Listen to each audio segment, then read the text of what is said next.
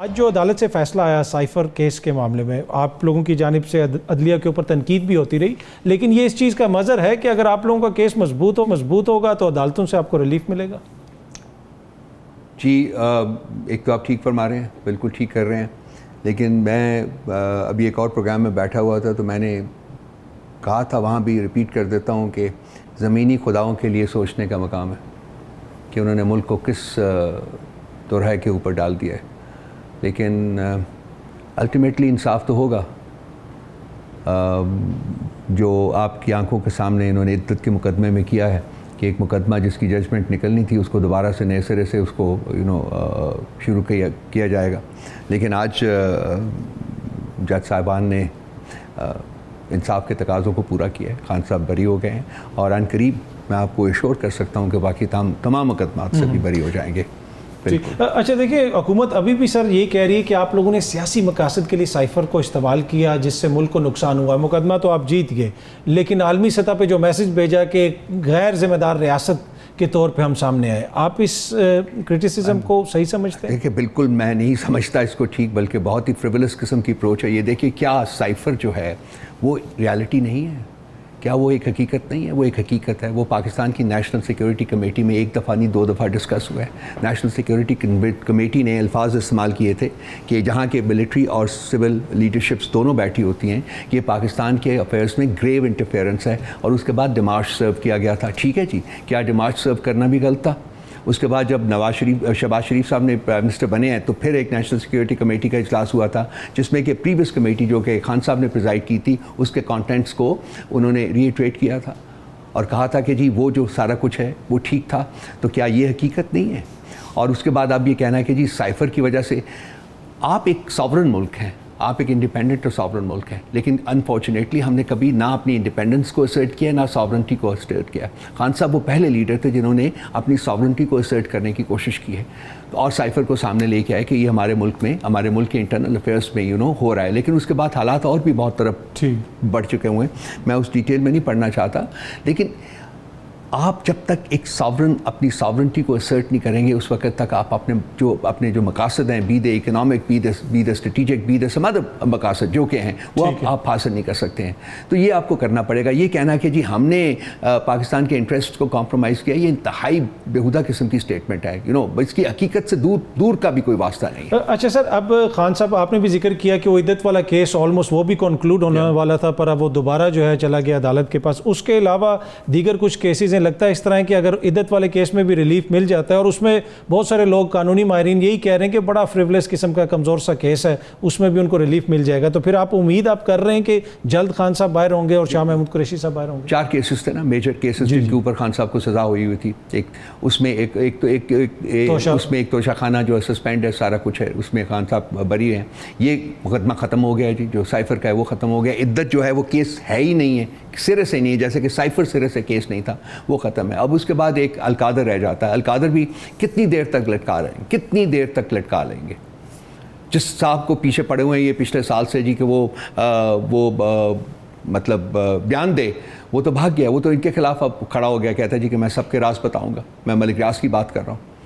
تو وہ بھی کیس ایگزسٹ نہیں کرتا۔ اٹ جسٹ اے کوسچن کہ جی یہ کیس لگے اور اس کے اوپر وہ پروسیڈ کرے۔ تو دنوں کی بات ہے، ہفتوں کی نہیں، دنوں کی بات ہے۔ وہ کیس آلریڈی میری لائر سے بات ہوئی، انہوں نے کہا جی کہ وہ بھی ختم ہو چکے، it has crashed. So technically speaking there is no case that is sustainable against Khan sahib. So جس دن یہ کیسز ختم ہوتے ہیں خان صاحب will walk out unless of course، جو کہ ہمیں ڈر ہے، اور بلکہ ڈر کیا ہے، ہمیں یقین ہے کہ کوئی اور فیک اینڈ فریولس کیسز جو ہیں خان صاحب کے خلاف جو ہے انسٹیٹیوٹ کر دیں گے، بالکل ویسے ہی جیسے کہ 8 یا 9 کیسز جو ہیں انہوں نے شاہ محمود قریشی صاحب کے خلاف کر دیے ہیں۔ پتا تھا ان کو کہ یہ کیس کریش ہو گیا ہے، اس کے اوپر بری ہو جانا ہے انہوں نے، تو انہوں نے اور مقدمے ڈالا۔ اچھا سر، ایک اور جو کرٹیسزم آپ لوگوں پہ ہوتا ہے کہ آپ لوگوں کی جماعت پاپولر بھی ہے، ووٹ بینک بھی ہے، لیکن آپ سیاست اس طرح کر رہے ہیں کہ جیسے کوئی چھوٹی سی نیشنلسٹ جماعت ہو، ایکسٹریم ویوز لے رہے ہیں سوشل میڈیا کے اوپر۔ ایسا کرنے سے آپ کو لانگ ٹرم میں سیاسی نقصان ہوگا، اس چیز کا اندازہ ہے جماعت کو؟ دیکھیے پاکستان جس نہج کے اوپر کھڑا ہے نا، اگر یہ میرا ذاتی رائے ہے، وہاں آپ کو ریڈیکل چینجز کی ضرورت ہے، اور وہ سب سے بڑی چینج جو ہے نا وہ آپ کے مائنڈ سیٹ میں چینج آنی چاہیے۔ ہم نے 76 سال میں ملک کو کہاں پہنچایا ہے؟ میں کسی ایک کی طرف انگلی نہیں اٹھا رہا، میں ہمیشہ یہ کرتا ہوں چلیں ہم سب کے قصور ہیں، سب نے غلطیاں کی، لیکن کیا یہ ضروری نہیں ہے کہ ہم نے اب پاکستان کو اس دوراہے سے ہٹا کے ایک ایسے دوراہے کے اوپر ڈالنا ہے جو کہ اس کو ترقی کی طرف لے جا سکے؟ اور وہ دوراہا کیا ہے؟ وہ دوراہا یہ ہے کہ جی پاکستان کے عوام جو ہے اپنے پاسٹ سے آگاہی حاصل کریں، اور یہ ہماری کوشش ہو کہ ہم ان پاسٹ کو دہرائیں نہیں، بلکہ اس سے سیکھ کے ہم لوگ اپنے جو رویے ہیں، اپنی جو آگے کی جو موومنٹ ہے اس کو نئے سرے سے ہم اس کو تشکیل دیں۔ خان صاحب کی کوشش کیا ہے، ان کی لڑائی کیا ہے، ان کی جدوجہد کیا ہے؟ وہ یہی ہے کہ اس نئے بیانیے کی تشکیل میں وہ کنٹریبیوٹ کر رہے ہیں، اور وہ کہاں سے بیانیہ نکلے گا؟ وہ بیانیہ نکلے گا جب لوگوں کو خود پتہ چلے گا کہ ہمارے پاسٹ میں، ہمارے ماضی میں کیا ہوتا رہا ہے۔ ایسٹ پاکستان کا ڈیبیکل جو تھا، آج بنگلہ دیش ہے، وہ پاکستان کی تاریخ کا سب سے بڑا کالا دن ہے۔ وہ دیکھیے ملک کی ڈسممبرمنٹ سے بڑی ٹریجڈی کوئی اور ہو نہیں سکتی ہے۔ میں مانتا ہوں 9 مئی کو بہت زیادتی ہوئی، نہیں ہونا چاہیے تھا، ہم ہمیشہ کہتے ہیں نہیں ہونا چاہیے تھا، جو بھی ہوا ہے اس کے سلسلے میں ہم نے ہمیشہ ریکویسٹ کی ہے جی کہ آپ ایک انڈیپینڈنٹ جوڈیشل کمیشن تشکیل دیں تاکہ کم از کم جرم اور مجرمین کی نشاندہی ہو سکے اور اس کے بعد ان کو سزائیں دی جا سکیں۔ وہ بھی نہیں کیا جا رہا، اور ایسٹ پاکستان کی ٹریجڈی کو آپ نے کارپٹ کے نیچے ڈالا ہوا۔ محمود الرحمان کمیشن رپورٹ میں سب فیکٹس جو ہیں وہ درج کیے گئے ہیں۔ ہمارا وہ جو ٹویٹ ہے جو کہ کنٹروورشل بنا دیا گیا ہے، اس ٹویٹ میں ہے کیا؟ اسی محمود الرحمان کمیشن کے مندرجات سے ہم نے کچھ چیزیں جو ہے وہ کوٹ کی۔ اس میں سر کنٹروورشل یہ ہے نا کہ کہا جاتا ہے کہ اس کے اندر موجودہ ملٹری قیادت کی تصویر لگانے کی کیا ضرورت ہے؟ آپ ہسٹری ضرور بچوں کو پڑھائیں، بتائیں، لیکن موجودہ قیادت کو ساتھ جوڑنے کی کیا ضرورت ہے؟ دیکھیے میں ایگری کرتا ہوں پارٹلی اس کے ساتھ، ان دا سینس کہ جی چلیں، لیکن پرابلم یہ ہے کہ اس وقت کا مائنڈ سیٹ کیا تھا؟ اس وقت کا مائنڈ سیٹ یہ تھا کہ ایک شخص جو ہے اس نے الیکشنز میں حصہ لیا، اس نے اپنے جو مینیفیسٹو تھا اس کی بیسس کے اوپر الیکشن میں لکھا، اور وہ الیکشن میں سنگل لارجسٹ پولیٹیکل پارٹی کے طور کے اوپر ایمرج کیا، حکومت بنانے کی پوزیشن میں تھا۔ اس وقت کی ملٹری قیادت جس کو aided and abetted by a political leader also Zulfikar Ali Bhutto, جن کا ایک بہت بڑا ہاتھ ہے پاکستان کی ڈسممبرمنٹ میں، وہ اور بھی ملٹیپل فیکٹرز میں اس میں سے آگاہ کر سکتا ہوں۔ اس میں ان کا جو رویہ تھا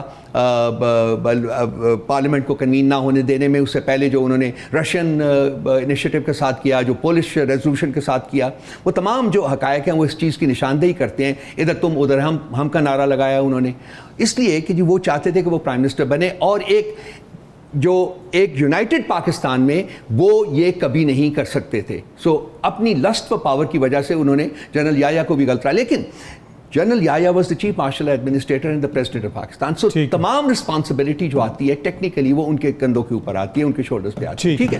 اب اس میں آپ نے ایک مینڈیٹ جس کو ملا اس کے مینڈیٹ کو وائلیٹ کیا، اور آپ نے ملک جو تھا وہ آدھا جو ہے وہ کھو دیا۔ آج آپ نے ایک اور لیڈر عمران خان کے مینڈیٹ کو وائلیٹ کیا ہوا ہے۔ 8 فروری کو جو الیکشنز ہوئے اس میں 2/3 میجورٹی کے ساتھ خان صاحب جیتے ہوئے ہیں، اور ریاست کے تمام ادارے لگے ہوئے ہیں کہ ان کو وہ مینڈیٹ جو ہے وہ ڈینائی کیا جائے۔ وہ اس اپنے مینڈیٹ کی ریٹریول کے لیے اپنی جدوجہد، اس نے پولیٹیکل جدوجہد جاری رکھی ہوئی ہے۔ کیا وجہ ہے کہ اس کو وہ مینڈیٹ نہ ملے؟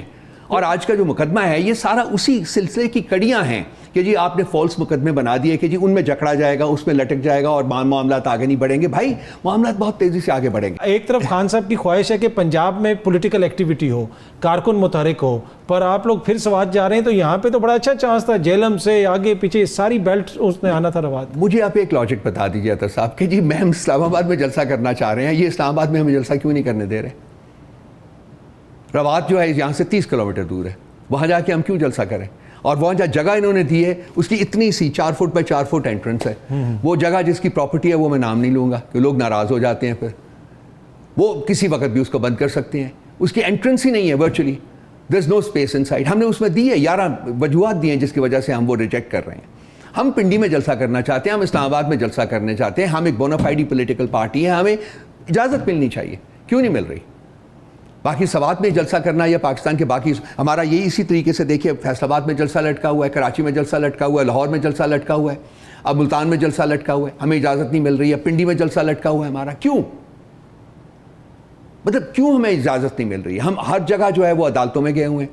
اب کراچی میں بھی ہمارا جو پرابلم ہے، آپ کا جو جج صاحب ہیں، وہ چیف جسٹس جو ہے وہ بارہا انسٹرکٹ کر چکا ہوا ہے وہاں کی ڈسٹرکٹ ایڈمنسٹریشن کو کہ آپ اجازت دیں، وہ نہیں دے رہے۔ سو کانسٹیٹیوشن کو فلانٹ کر رہے ہیں، رول آف لا کو فلانٹ کر رہے ہیں، جوڈیشری کو فلانٹ کر رہے ہیں، تو یہ کیا یہ جمہوریت ہے؟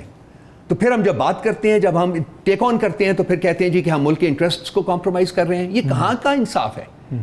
کوئی آرگومنٹ کم از کم ویلڈ ہونا چاہیے, کوئی اس کا بیسس ہونا چاہیے, کسی فاؤنڈیشن کے اوپر اس کو کھڑا ہونا چاہیے. آپ ہمیں اجازت دیں جلسہ کرنے کی, ہاں ہم رسپانسبلٹی لیتے ہیں کہ کسی قسم کا کوئی وائلنس نہیں ہوگا, کوئی توڑ پھوڑ نہیں ہوگی, یہ ہماری گارنٹی ہے جو ہم نے دی ہوئی ہے ان کو. ٹھیک. اچھا سر, آج جو فیصلہ آیا اس کے بعد یقیناً اوبیسلی پی ٹی آئی کو ایک طرح سے حوصلہ ملا ہوگا سیاسی طور پہ, لیکن اس اپرچونٹی کو استعمال کر کے کیوں نہ انگیج کیا جائے سیاسی مخالفین کو, ان سے بات کیا جائے. اس لیے اس وقت تو آپ کا وہ کہتے ہیں نا ون اپ ہیں آپ, تو اگر اس موقع کو ان کے خلاف ہم بیشنگ کے لیے استعمال کریں گے تو وڈنٹ اٹ بی کہ ہم ایک طرح سے اس کو لوز کر رہے ہوں گے اس موقع. ہماری طرف سے کوئی ایسی اسٹیٹمنٹ اتر نہیں آئی. میں نے ابھی اسٹیٹمنٹ ریلیز کی ہے. ہم نے صرف خدا کی ذات کا شکر ادا کیا ہے. ہم نے اپنے لوگوں کو سپورٹ کے لیے ہم ان کا شکریہ ادا کیا.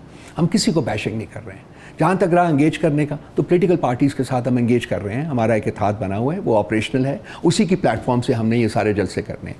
3 پارٹیز کا وہ اگر آج ہم انگیج کرنے کو تیار ہیں, وہ اپنا جو چرایا ہوا مینڈیٹ ہے وہ فورفیٹ کر دیں, وہ چھوڑ دیں.